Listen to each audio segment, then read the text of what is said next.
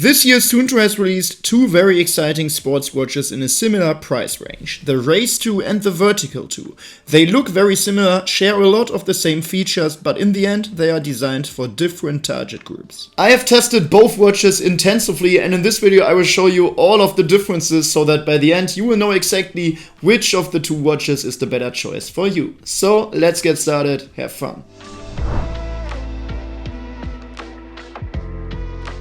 The Suunto Race 2 currently costs $499 and according to the manufacturer is a performance watch designed for training and competition. The Vertical 2 costs $599, a bit more, and is primarily meant to be an adventure watch for outdoor expeditions. These prices apply to the stainless steel versions of each watch. Both also have a titanium option, which increases the price by another $100. In terms of appearance, the two watches are very similar. Both have a case made mostly of plastic, a bezel made of stainless steel or titanium, and both displays are protected by sapphire glass. Each has a 49mm case diameter, putting them among the larger sports watches.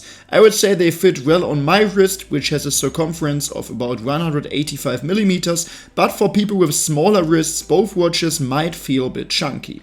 The Vertical 2, marketed as an outdoor watch, is also slightly thicker at 13.6mm compared to the Race 2's 12.5mm.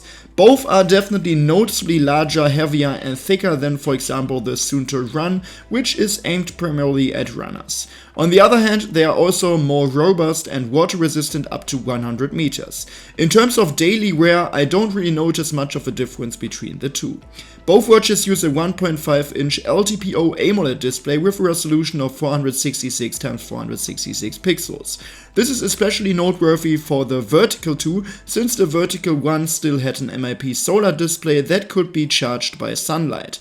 Now the Vertical 2, just like the Race 2, also features an AMOLED display. A smaller visual difference is that the Vertical 2 has grooves on the bezel, unlike the Race 2. I personally think it looks quite nice, but that's a matter of taste and certainly not a deciding factor.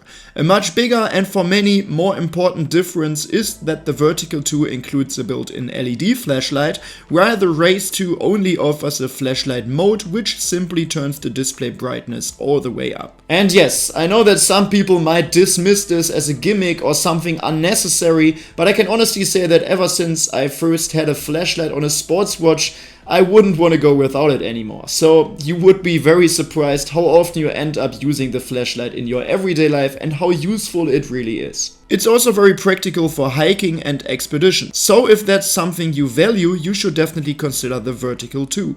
There is even an option to use the flashlight as a red light, which can be helpful in the dark as well. Another difference, this time in favor of the cheaper Race 2, is that it has a rotating crown. Both watches have 3 buttons, but on the Race 2, the middle button also acts as a scroll wheel. I think this is a very useful feature as it makes navigation easier.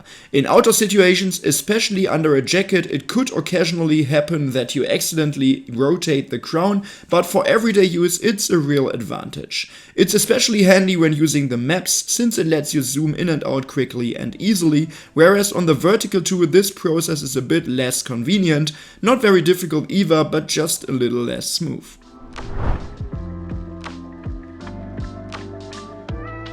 As mentioned earlier, the Vertical 2 is marketed as an outdoor watch, and in the outdoor segment, of course, one of the most crucial things is battery life. So as expected, the battery life of the Vertical 2 is a bit better than that of the Race 2, which is also because the watch is thicker and therefore houses a bigger battery. In everyday use, the difference isn't that dramatic. The Race 2 is rated for up to 18 days, while the Vertical 2 can last up to 20 days. For an AMOLED watch, that's an excellent result in both cases. In standby mode, the Race 2 lasts up to 30 days and the Vertical 2 up to 40 days.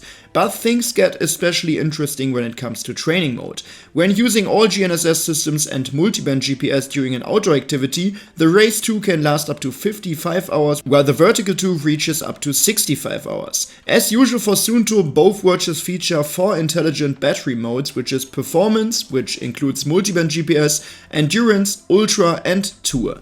In Tour mode, the GPS recording rate rate is reduced, but the battery life is maximized, up to 200 hours for the Race 2 and 250 hours for the Vertical 2. From my personal tests during the last couple of weeks, I can more or less confirm these figures, but in the end, of course, the battery life depends on how intensively you use the watches. During my workouts, I usually use performance mode, where the Race 2 drains about 2 to 3% of battery per hour, while the Vertical 2 loses around 1 to 2% per hour.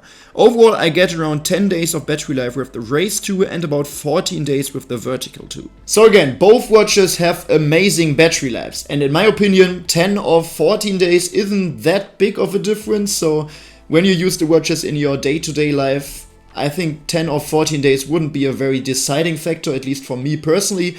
But if you plan to take the watches to multi-day hikes, expeditions and very long activities like this, then the extra cost of the Vertical 2 might be worth it.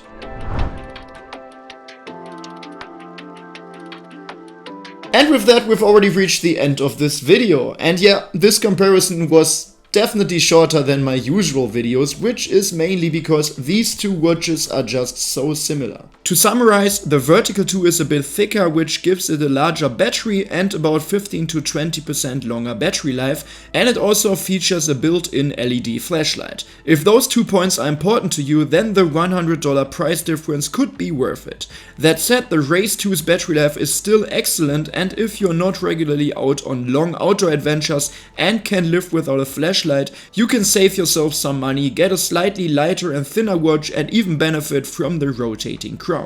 In terms of training features, smart features and sensor accuracy, there are no differences between the two watches, which is why I didn't go into those topics in this video.